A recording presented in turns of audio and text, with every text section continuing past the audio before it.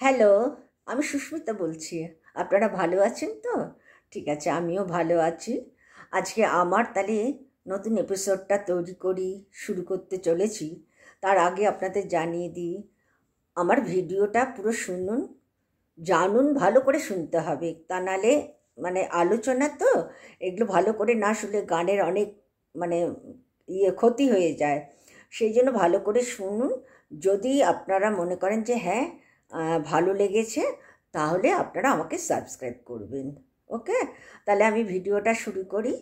আজকে আমি শাস্ত্রীয় রাগের উপরেই মানে পার্থক্য, সাদৃশ্য সব বলবো। পার্থক্য বা সাদৃশ্যটা কিন্তু আমরা যে কোনো রাগের সঙ্গে যে কোনো রাগের করতে পারি না।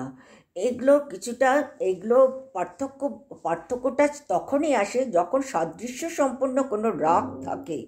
সেক্ষেত্রেই আমরা পার্থক্যটাকে বিশেষভাবে সামনে রাখি, সামনে তুলে ধরি এবং স্টুডেন্টদেরকে জানাই এবং নিজেরাও গুরুর থেকে শিক্ষা গ্রহণ করে থাকি। তাহলে আজকে দুটো রাগের যেটা জানাচ্ছি সেটা হলো কাফি এবং পিলু। তাহলে কাফি রাগের পরিচয়টা না জানালে তো আপনারা বুঝতে পারবেন না আমার পার্থক্যটা কোথায় আমি করছি। সেই জন্য পরিচয়টা আগে শুনে নিতে হবে। পরিচয় হলো, ঠাট কাফি নিজেই ঠাট একজন। আগেই বলেছি আমাদের 10টা ঠাটের মধ্যে কাফি একটা ঠাট। বাদী পা, সমবাদী সা, জাতি সম্পূর্ণ সম্পূর্ণ। সম্পূর্ণ সম্পূর্ণ এই কারণে 7টা পর্দাই ব্যবহার হচ্ছে। কিন্তু এই রাগেতে 7টা পর্দা ব্যবহার হলেও এই রাগে কোমল গা আর নি ব্যবহার হচ্ছে, কোমল গা এবং কোমল নিয়ের ব্যবহার হচ্ছে, আর বাকিগুলো সব শুদ্ধ। কিন্তু যারা গুণী ব্যক্তি তারাও বলে থাকেন, বা শাস্ত্রে যেটা বলা হয়েছে, যে আরোহে অনেক সময় শুদ্ধ গা এবং শুদ্ধ নি ব্যবহার করে গানের মধ্যে, হ্যাঁ, রাগের মধ্যে ব্যবহার করে এর সৌন্দর্য বাড়ানোর জন্য কুশলতাপূর্বক, অর্থাৎ কুশল মানে অনেক কুশল করে এটাকে ব্যবহার করতে হবে শুদ্ধ পর্দা দুটো, যাতে রাগের রূপটাও বুঝিয়ে থাকে অথচ এটার মধ্যে একটা শ্রুতির মাধুর্যতা বেড়ে যায়। এবং তার ফলে কি হয়, শ্রোতারা খুব মানে অ্যাপ্রিসিয়েট করে বা প্রশংসা করে এবং প্রশংসিত হয়ে থাকে শিল্পী। সেভাবে ব্যবহার করতে হয়। যদিও এই শুদ্ধ পর্দা দুটো বা শুদ্ধ স্বর দুটো আমার মানে রাগের নিয়মিত স্বর হিসাবে গ্রাহ্য হচ্ছে না। কোন দুটো?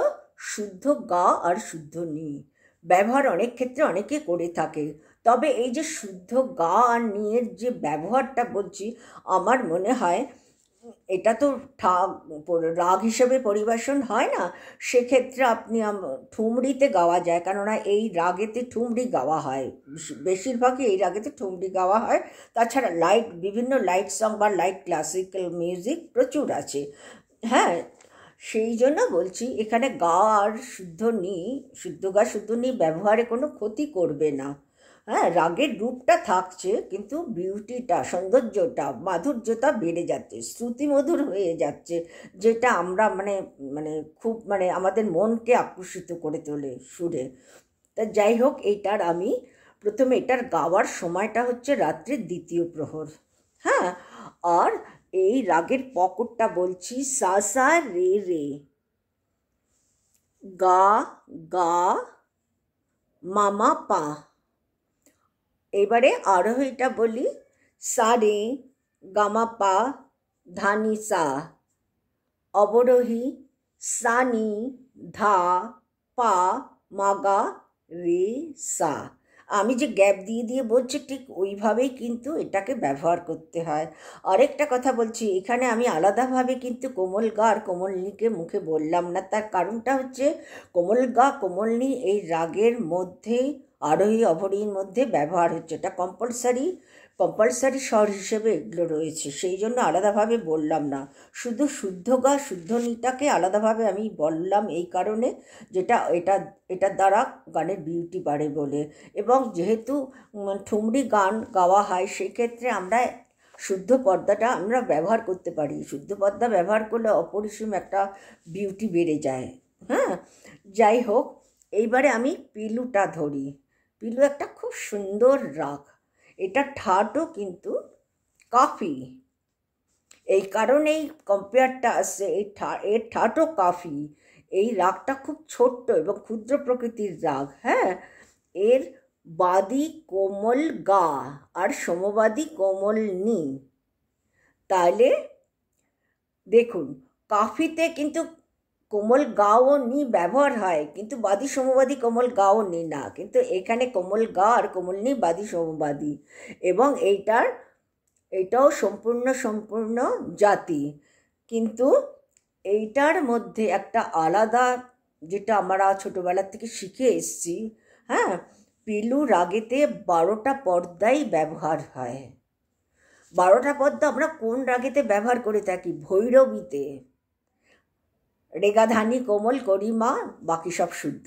তাহলে অটোমেটিক্যালি 12টা পদ্মা। ঠিক পিলুতেও 12টা পদ্মার ব্যবহার হলে কি হবে? পিলুটা হচ্ছে মিশ্র রাগ। কিভাবে এটা হয়েছে? ক্ষুদ্র প্রকৃতির এবং মিশ্র রাগ। এইটা ভৈরবী, ভীমপলশ্রী আর গৌরী রাগের সংমিশ্রণে এই রাগের সৃষ্টি হয়েছে। তাহলে এই যে 3টে রাগের সংমিশ্রণে যে তৈরি হয়েছে, তাহলে কি এদের 3টে রাগের ছায়া থাকবে না? অবশ্যই আছে। সেই জন্য বলছি যে এখানে যে রেগাধানী এবং করিমধ্যমের ব্যবহার হচ্ছে 12টা পর্দা, ঠিক ভৈরবীর থেকে আমাকে স্বতন্ত্র করতে হচ্ছে কিন্তু এক্ষেত্রে। যদিও আমি কাফির সঙ্গে এটা তুলনা হচ্ছে বা পার্থক্য দেখানো হচ্ছে, কিন্তু ভৈরবীর সঙ্গেও কিন্তু পিলুর যথেষ্ট একটা সিমিলারিটি। তার কারণ একটাই, ওখানেও 12টা পদ্মা, এখানেও 12টা পদ্মা, কিন্তু ভৈরবী নিজে ঠাট। কিন্তু এর নিজে ঠাট না, এর ঠাট হলো কাফি। সেই জন্য এর আলাদা একটা নিজস্ব রূপ। মানে পিলু রাগটা যে এত সুন্দর, তবে আপনি যখন বিস্তার করবেন বা গাইবেন বা কম্পোজ করবেন, তখন আপনাকে মাথার মধ্যে ভৈরবীর ছায়াটাকে চিন্তা করে এবং সেটার সরিয়ে দিয়ে পিলুর স্বতন্ত্রতাকে বজিয়ে রাখতে হবে। কারণ ভৈরবীর ছায়া চলে আসার পসিবিলিটি প্রচুর থাকে, যেহেতু এখানে 12টা পর্দা ব্যবহার হয়। যদিও মানে 3 রাগের মিশ্রণে হয়েছে, 3টে রাগের একটা ছায়া থাকবেই। আর এই রাগটা ঠুমরিতেই ব্যবহার হয়, ধুনও হয় এবং ঠুমরিতে ব্যবহার হয় ভীষণভাবে। মানে অদ্ভুত সুন্দর, বড় বড় শিল্পীদের মুখে শোনা গান তো। এইটা পূর্বাঙ্গ প্রধান রাগ, মানে সকালের দিকেই গাওয়া হয়। আর তাহলে এটার পকরটা বলি, নি সা গা কোমল গা, নি সা পা কোমল ধা, নি সা, এটা হলো পকর। আরোহী হলো নিসা কোমল গা রে কোমল গা, মাপা কোমল ধা পা, কোমল নি ধা পা সা, এটা হলো আরোহী। এবং অবরোহী হলো সা কোমল নি ধা পা মা কোমল গা নি সা। তাহলে আমি এখানে পকরে এবং আরোহী অবরোহীতে মোস্টলি আমি গা নি, গা ধা নি এর ব্যবহারটাই কোমল পাচ্ছি, এর মধ্যে দিয়ে কোমল পাচ্ছি। কিন্তু আমরা বাকি সব কোমল পর্দা বা কড়ি পর্দা ব্যবহার করতে পারি পিলু রাগেতে, যেহেতু 12টা পর্দার ব্যবহার নিয়ম অনুসারে, শাস্ত্রীয় নিয়ম অনুসারে।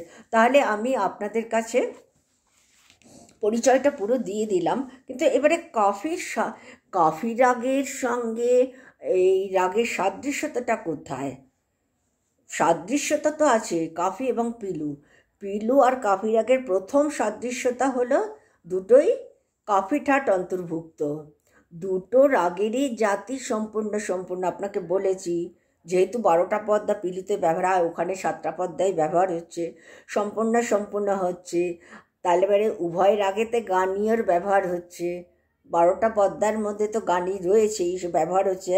আর অবশিষ্ট স্বরও শুদ্ধ রয়েছে, কিন্তু অবশিষ্ট স্বর শুদ্ধ থাকলেও যেহেতু পিলুতে 12টা স্বরের ব্যবহার হচ্ছে, গা নি আর ধায়ের ব্যবহারটা অনেকটা বেশি, কিন্তু গা নি মানে ম্যাচিংটা রয়েছে, মানে সাদৃশ্যতাটা রয়েছে। আর দুটোই কিন্তু পূর্বাঙ্গ প্রধান রাগ, হ্যাঁ।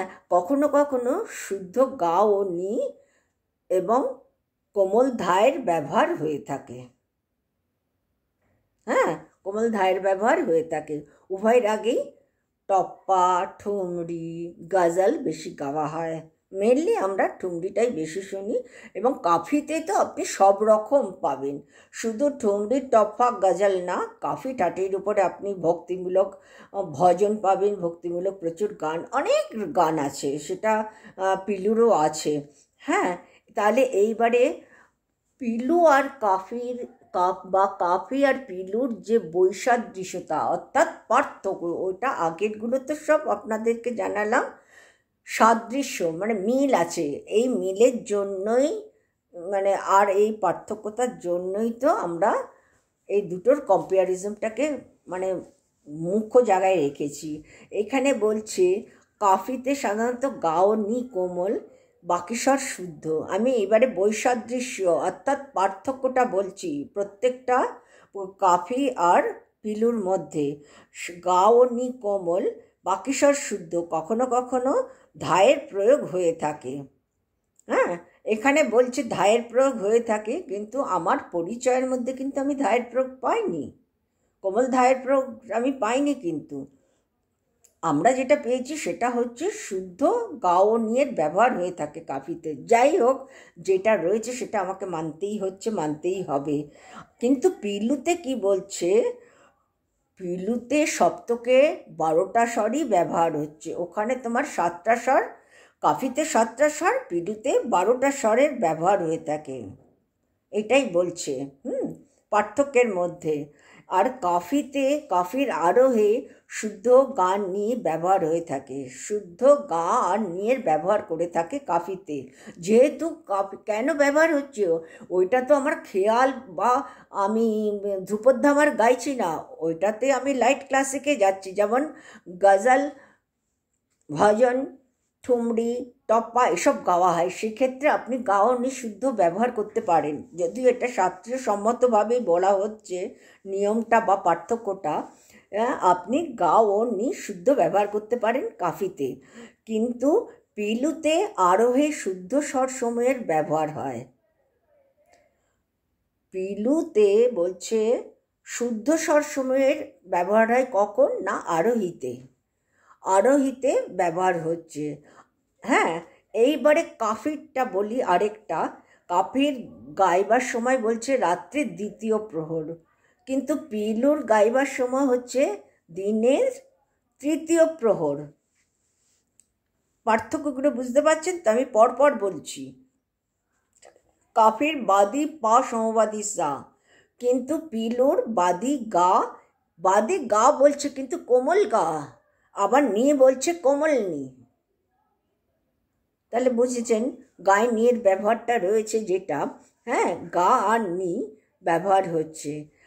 আবার এদিকে কাফিতে আসি, কাফি শুদ্ধ জাতীয় রাগ, কিন্তু পিলু মিশ্র জাতীয় রাগ বলছে। কাফি শুদ্ধ জাতীয় রাগ কেন বলছে? কাফির কোনো মিশ্রণ নেই, কাফি তো নিজেই ঠাট, সেটা তো শুদ্ধ হতে বাধ্য। কাফি শুদ্ধ জাতীয় রাগ, কিন্তু পিলু শুদ্ধ জাতীয় রাগ, পিলু মিশ্র জাতীয়। কারণটা কি আগেই বলেছি যে ওটাতে ভৈরবী, ভিম্পলেশ্রী আর গৌরীর সংমিশ্রণে সৃষ্টি হয়েছে, সেখানে তো মিশ্র হবেই, এবং সেক্ষেত্রে আমরা কোনো আলোচনায় যেতেই পারবো না, শাস্ত্রীয় নিয়মটা আমাকে ফলো করতেই হবে এবং করা উচিত। কাফির পকর হচ্ছে সা সা রে রে, কোমল গা, কোমল গা গা মামা পা, সা সা রে রে গা গা মামা পা, এটা আমরা জানতাম, খুব মুখস্থ করা ছিল এটা কাফির, কাফির পকরটা। এবং পিলুর পকর হচ্ছে নি সা কোমল গা, নি সা পা কোমল ধা নি সা। আমি আগেও বলেছি ধাপ বাদী মানে আপনার বাদী সমবাদী এবং পকরেতে গা ধা নিয়ের ব্যবহারটা পিলুতে আমি পেয়েছি। এই হলো এদের পার্থক্যটা। তাহলে আমি এই পার্থক্য রেখে আমাকে পিলু রাগ গাইতে হবে এবং কাফিও গাইতে হবে। কাফি তো পিলু রাগটা, পিলু কিন্তু বেসিক্যালি পিলু রাগ কিন্তু পরিবেশন হয় না, কেউই করে না, আমরা শিখেছি ঠিকই কিন্তু পরিবেশন হয় না। পিলু বেসিক্যালি ঠুমরি, টপ্পা এসব বিভিন্ন রাগেতে মিশ্র রাগ তো ভীষণ শ্রুতিমধুর হয়, সে কারণে এই ধরনের ছোট ছোট মানে ক্লাসিক লাইট ক্লাসিক মিউজিকই বেশি তৈরি হয়ে থাকে। আর কফিও ঠিক তাই, কফিরও মানে কফি গাওয়াটা থেকে পিলু গাওয়াটা যথেষ্ট কঠিন। তার কারণটা হচ্ছে ওটা মিশ্র রাগ হিসেবে ব্যবহার হচ্ছে তো। আর দ্বিতীয়ত হচ্ছে ভৈরবীর সঙ্গে মানে এর ব্যবহার 12টা পদ্মার ব্যবহারের এতটা মানে মিল রয়েছে, আমার যে কোনো সময় আমার ভৈরবীর ছায়া চলে আসতে পারে। তবে ভৈরবীর ছায়া চলে আসলে যে সেটা ভুল হবে তা না, কেননা এটার সৃষ্টিটাই তো ভৈরবী পিম্পলেশ্বর গৌরী থেকে। সেখানে যদি আমার ভৈরবীর ছায়া একটু আধটু আসে কোনো ক্ষতি করবে না, কোনো ক্ষতি করবে না। আমাকে সেভাবে গাইতে হবে, এবং কিভাবে গাইতে হবে সেটা গুরুমুখী শিক্ষা। গুরু তোমাকে বা গুরু আপনাকে বিভিন্ন রকমভাবে তার গায়কের মধ্য দিয়ে আপনাদের কাছে পরিবেশন করবে, এবং সেটাকে আপনাকে কপি করতে হবে। কোন পর্দা দিয়ে কম্পোজটা মানে বিস্তারটা কোন কোন পর্দার উপর দিয়ে কীভাবে ব্যবহারটা হচ্ছে সেইটা আপনাকে খুব ভালোভাবে শিখে নিতে হবে, তবেই আপনি পিলুর রূপটা ধরতে পারবেন। হ্যাঁ, আর কফিটা খুব মানে এটা জাতীয় রাগ বলছে, হ্যাঁ, সেই হিসেবে কফি অতটা কঠিন বলে মনে হয় না। মোটামুটি আপনি কফি তো পরিবেশন হয় না, পিলিও পরিবেশন হয় না রাগ হিসেবে পরিবেশন হয় না, কিন্তু এগুলোর মধ্যে দিয়ে অন্যান্য রাগ যা আপনারা ঠুমরি, টপ্পা, গজল যা গাইবেন সেটা যথেষ্ট শ্রুতিমধুর হবে এবং শুনতেও ভালো লাগবে। সবটাই গুরুমুখী শিক্ষা, গুরুর থেকে শুনতে হবে, কেননা গুরু পরম্পরায় বা বংশ পরম্পরায় তো এই সঙ্গীত শিক্ষাটা, সেক্ষেত্রে বিশেষভাবে শাস্ত্রীয় সঙ্গীতটাকে আমি বলছি।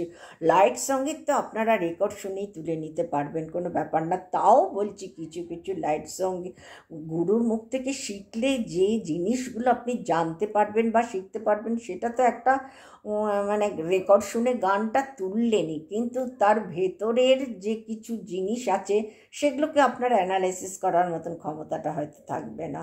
যদি আপনি তৈরি হয়ে থাকেন তাহলে কোনো ব্যাপার না, তাহলে আপনি সবটাই বুঝতে পারবেন। ঠিক আছে, আজকে এইটুকুনো থাক। নমস্কার, ভালো থাকবেন।